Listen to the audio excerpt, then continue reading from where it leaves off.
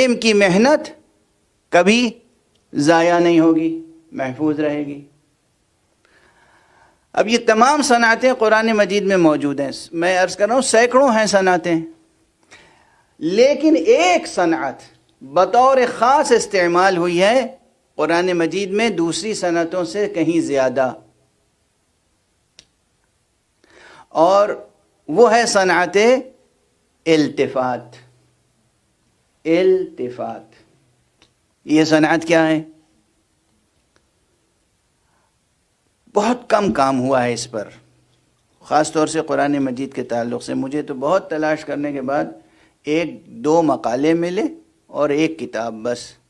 مصر کے ایک بہت ہی اپنے میدان میں نامور محقق ہیں ڈاکٹر پروفیسر حسن طبل، جو عربی گرامر اور عربی نحو و صرف و علوم بلاغت میں اپنے وقت کے بہت ماہر اور محقق انسان ہیں، اچھے استاد بھی ہیں، اچھے مصنف بھی ہیں۔ ان کی کتاب ہے، اس کے علاوہ کوئی کتاب اس فن میں خصوصیت کے ساتھ نہیں ہے کہ قرآن مجید میں اسلوب التفات کہاں کہاں برتا گیا۔ ان کی محنت اپنی جگہ محفوظ، لیکن میں پھر بھی عرض کر رہا ہوں کہ ابھی بہت کام کرنا اس میں باقی ہے۔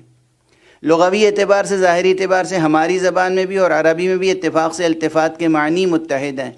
التفات کے معنی ہے کسی کی طرف توجہ کرنا،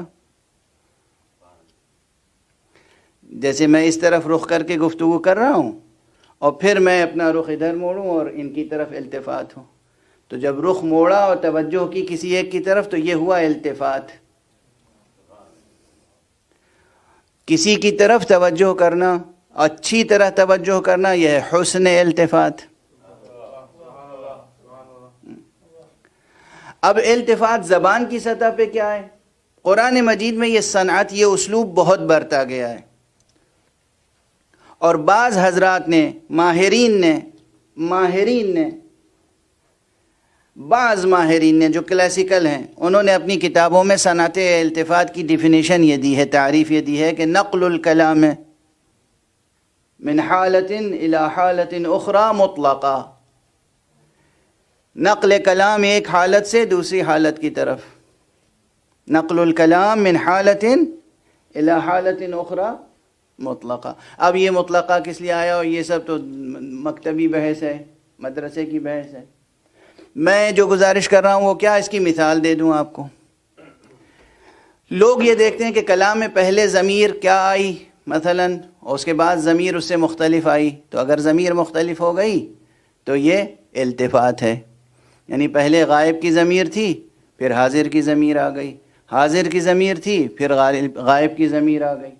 یا صیغوں میں التفات، واحد کا صیغہ تھا پھر جمع کا صیغہ آ گیا، جمع کا صیغہ تھا پھر واحد کا صیغہ آ گیا، تو بدل گیا نا۔ اب میں مثال عرض کروں، کسی سے کہوں تو کہہ کر گفتگو کروں، اور اس کے بعد ایک دم سے میں آپ کہہ کر گفتگو کروں، تو اگرچہ یہ کلام اگر ریکارڈ کر لیا گیا تو دو ہی احتمال ہیں، یا یہ سمجھے کوئی کہ انہیں گفتگو کی تمیز نہیں ہے، اور یا یہ سمجھے کہ بھئی لکھنے والے نے لکھ لیا ایک تسلسل سے، جب تو کہہ کر خطاب کیا تھا تو کسی اور سے خطاب کیا ہوگا، جب آپ کہہ کے خطاب کیا تو کسی اور سے خطاب کیا ہوگا۔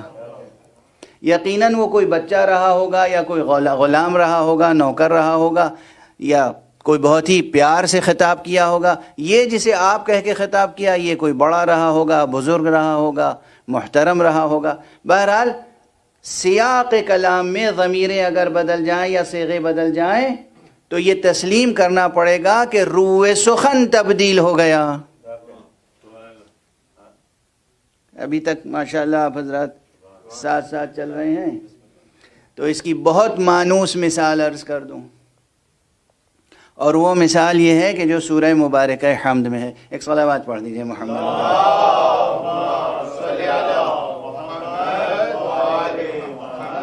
ایک اور صلوات پڑھ دیجئے۔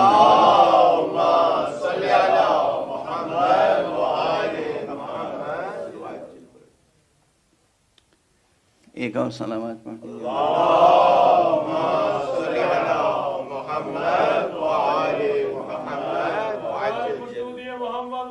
محمد بلند تر صلوات. اللهم صل على محمد وآل محمد. سورہ مبارک حمد آپ حضرات روزانہ نماز میں ماشاءاللہ تلاوت کرتے ہوں گے اور رکعتوں کے علاوہ تلاوت کرتے ہوں گے. تو سورہ مبارک حمد میں بھی صنعت التفات موجود ہے. آغاز ہوتا ہے بسم اللہ الرحمن الرحیم، تو اب یہ معلوم ہوتا ہے کہ کسی اللہ الرحمن الرحیم کا تذکرہ ہے لیکن حاضر نہیں ہے، وہ غائب ہے. الحمدللہ رب العالمین، تمام تعریفیں ہیں رب العالمین کے لیے. تو اب یہ گویا ہے تذکرہ لیکن غائب ہے. الرحمن الرحیم مالک یوم الدین، یہاں تک تو کسی غائب کا تذکرہ ہوا مثلا. اس کے بعد ایک دم سے تذکرہ ایاک نعبد و ایاک نستعین. اب یہ حضور ہے، جیسے سامنے ایک حقیقت ہے اور اس سے خطاب ہو رہا ہے. بس تیری ہی عبادت کرتے ہیں ہم، اور بس تجھی سے مدد چاہتے ہیں. تو اب یہ غائب نہیں ہے، اب یہ حقیقت سامنے ہے، واضح ہے. تو ایک دم سے غائب سے بات حضور میں آ گئی. یہ ہے التفات، یہ ہے التفات کی ایک مثال. اس طرح قرآن مجید میں بہت سی مثالیں ملیں گی، بہت سی مثالیں ملیں گی بکثرت. یعنی خود اہل فن نے کہا ہے کہ قرآن مجید میں اسلوب التفات دوسرے تمام صنائع اور اسالیب سے کہیں زیادہ ہے. یہاں ایک راز بھی ہے. یہی سبب ہے کہ قرآن مجید الواح پر لکھی ہوئی کوئی عبارت نہیں ہے. قرآن مجید تو حقیقتاً محبوب اور حبیب کے درمیان گفتگو ہے، گفتگو ہے. عاشق و معشوق کے درمیان گفتگو ہے، مرسل اور مرسل کے درمیان گفتگو ہے. اس خدا یکتا اور اس بندہ یکتا کے درمیان گفتگو ہے. اللہ اور محمد صلی اللہ علیہ وآلہ وسلم. اللهم صل على محمد وآل محمد. گفتگو ہے، اور گفتگو ایسی ہے جس میں حیات و کائنات کے تمام مسائل زیر بحث آئے ہیں. یہ جو حیات و کائنات کے تمام مسائل زیر بحث آئے ہیں، تو ایک تو ہے گفتگو لکھی ہوئی نثر نہیں ہے، یہ آرٹیکولیٹڈ پروز نہیں ہے،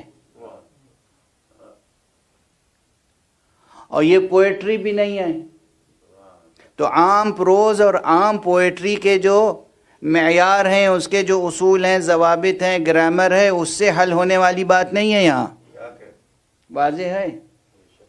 اور آپ دیکھیں گے کہ اگر مجمع بیٹھا ہوا ہے اس وقت تو ایک خاص موضوع پہ ایک خاص نقطہ نظر سے میں گفتگو کر رہا ہوں، لیکن آپ تصور کیجئے کہ ایک مجلس ہو ایسی جس میں کہ سب سے خطاب کر رہا ہوں اور کرنے والا ایک شخص ہے.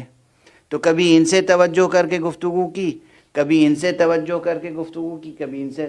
اگر بیچ میں ایک پردہ پڑا ہوا ہو، پردے کے ادھر سے جو گفتگو سن رہا ہے وہ آسانی سے یہ تمیز نہیں کر سکتا کہ کس وقت کون سا خطاب کس سے کیا گیا.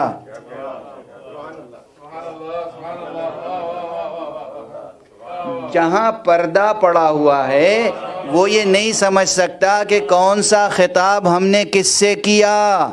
وہ اگر ہمدرد ہوگا تو ہماری باتوں پر عمل کرے گا اتنا جتنا سمجھ میں آئے گا.